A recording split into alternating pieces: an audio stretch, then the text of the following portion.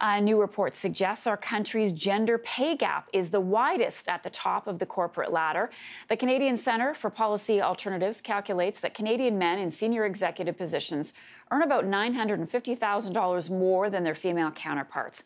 Of the more than 1,200 named executive officers, women earn about 68 cents for every dollar made by their male counterparts.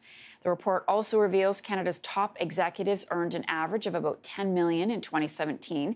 That's about 197 times the average worker salary.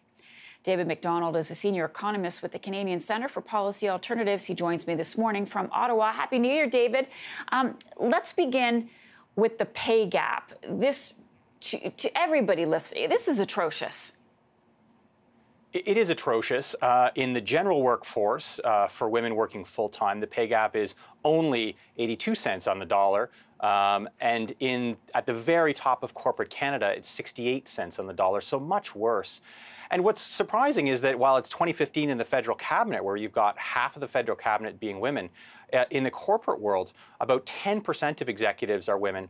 And so there's really a double pane glass ceiling. Not only is it almost impossible for women to get into the C-suite, but once they make it there, they get paid only about 2/3 of what men get paid. Yeah, that's insulting. You have to work harder to get there, and then you can't even make what the men are making.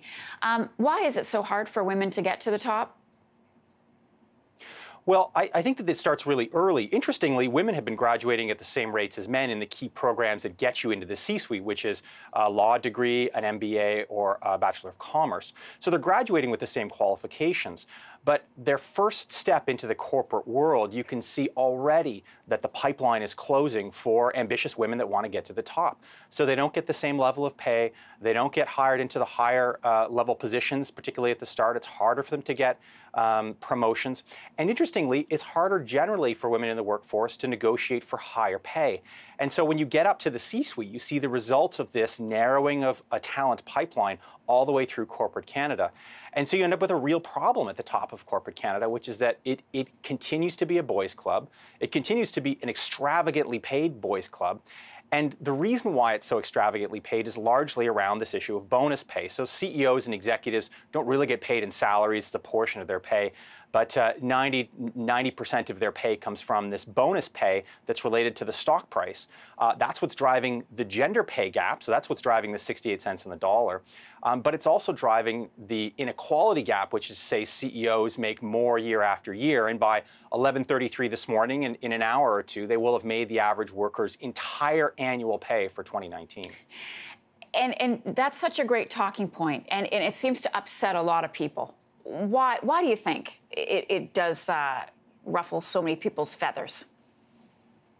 Well, I think that people certainly understand that CEOs work hard and they should get paid more. I don't think anyone objects to that.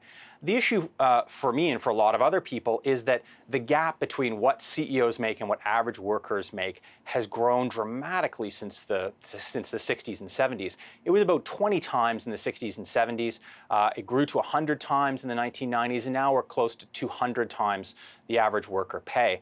And so what that means is that when the economy does well, when your company does well, who benefits? Do the people who make the products and deliver the services benefit as well as the CEO, or is it only the CEO and the executives that benefit? And unfortunately, what it appears is that those gains flow to the top. That top is almost exclusively a boys' club. And even when women do get in, they end up getting paid less, even within the same company based on the same share price. David MacDonald, thanks so much. Appreciate it. Thanks for having me.